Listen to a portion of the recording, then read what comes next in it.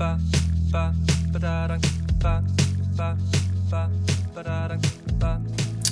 guys, so today we find ourselves in the 27th chapter of Matthew, and today for something different I want to do. Simply I want to read a chapter to you. It's a long chapter. It's about 66 verses, and it's talking about really the trial of Jesus, his crucifixion, and then his burial. And just for today, rather than kind of taking a part of it, a verse, and kind of breaking it down a little bit more, I simply want to read it to you guys. Sometimes I feel like it's easier to listen to something rather than read it for ourselves, just to like soak it in. So that's what I'm going to do today, and we're just going to ask the Lord to kind of point out and pull out revelation for us. So starting from verse 1. Early in the morning, all the chief priests and the elders of the people came to the decision to put Jesus to death. They bound him, led him away, and handed him over to Pilate, the governor.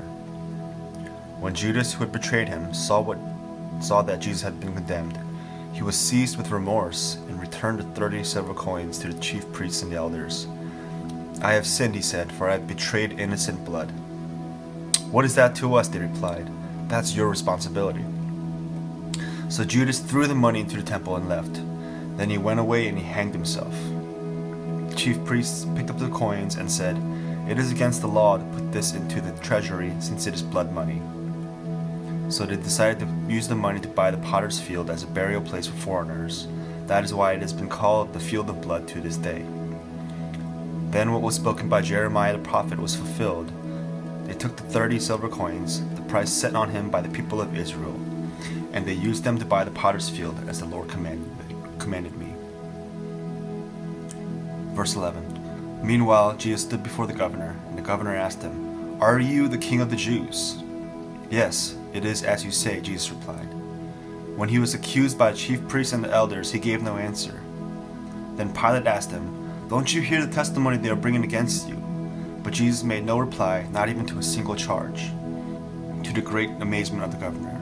Now it was the governor's custom at the feast to release a prisoner chosen by the crowd. At that time they had a notorious prisoner called Barabbas. So when the crowd had gathered, Pilate asked them, "Which one do you want me to release to you, Barabbas or Jesus, who is called Christ?" For he knew it was out of envy that they had handed Jesus over to him. When Pilate was sitting on the judge's seat, his wife sent him this message, "Don't have anything to do with that innocent man, for I have suffered a great deal today in a dream because of him." But the chief priests and the elders persuaded the crowd to ask for Barabbas and to have Jesus executed. "Which of the two do you want me to release to you?" asked the governor. "Barabbas," they answered. "What shall I do then with Jesus, who is called Christ?" Pilate asked. They all answered, "Crucify him." "Why? What crime has he committed?" asked Pilate. But they shouted all the louder, "Crucify him!" When Pilate saw that he was getting nowhere, but that instead an uproar was starting, he took water and washed his hands in front of the crowd. "I am innocent of this man's blood," he said. "It is your responsibility." All the people answered, "Let his blood be on us and our children."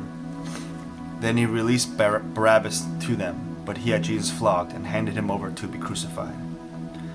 Then the governor's soldiers took Jesus into the praetorium and gathered a whole company of soldiers around him. They stripped him and put a scarlet robe on him, and then twisted together a crown of thorns and set it on his head. They put a staff in his right hand and knelt in front of him and mocked him. "Hail, King of the Jews," they said. They spit on him and took the staff and struck him on the head again and again. After they had mocked him, they took off the robe and put his own clothes on him. Then they led him away to crucify him. Verse 32. As they were going out, they met a man from Cyrene named Simon, and they forced him to carry the cross. They came to a place called Golgotha, which means the place of the skull. There they offered Jesus wine to drink mixed with gall, but after tasting it, he refused it. When they had crucified him, they divided up his clothes by casting lots, and sitting down they kept watch over him there.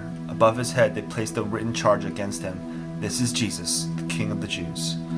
2 robbers were crucified with him, one on his right side and one on his left. Those who had passed by hurled insults at him, shaking their heads and saying, "You were going to destroy this temple and build it in 3 days. Save yourself. Come down from the cross if you are the Son of God." In the same way, the chief priests and teachers of the law and the elders mocked him. "He saved others," they said, "but he can't save himself. He's the King of Israel. Let him come down now from the cross and we will believe in him. He trusts in God. Let God rescue him now if he wants him, for he said, 'I am the Son of God.'" In the same way, the robbers who were crucified with him also heaped insults on him. From the 6th hour until the 9th hour, darkness came over all the land.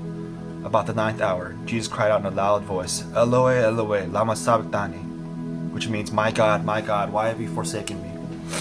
When some of those standing there heard this, they said he was calling Elijah. Immediately one of them ran and got a sponge. He filled it with wine vinegar, put it on a stick, and offered it to Jesus to drink. The rest said, "Leave him alone. Let's see if Elijah comes to save him." And when Jesus had cried out again in a loud voice, he gave up his spirit. At that moment, the curtain of the temple was torn in two from top to bottom. The earth shook and the rocks split. The tombs broke open and the bodies of many holy people who had died were raised to life. They came out of the tombs, and after Jesus' resurrection, they went into the holy city and appeared to many people. When the centurion and those with him who were guarding Jesus saw the earthquake and all that had happened, they were terrified and exclaimed, "Surely he was the Son of God."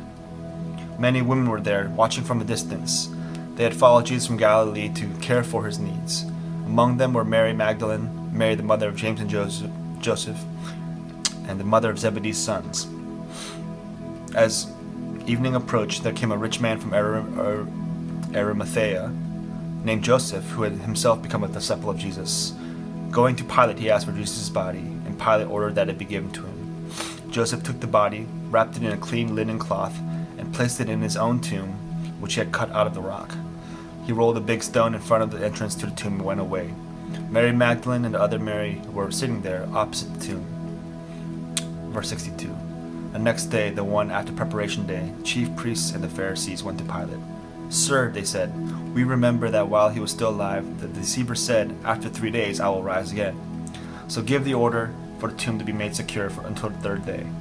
Otherwise his disciples may come and steal the body and tell the people that he had raised from the dead. This last deception will be worse than the first." "Take a guard," Pilate answered. "Go make the tomb as secure as you know how."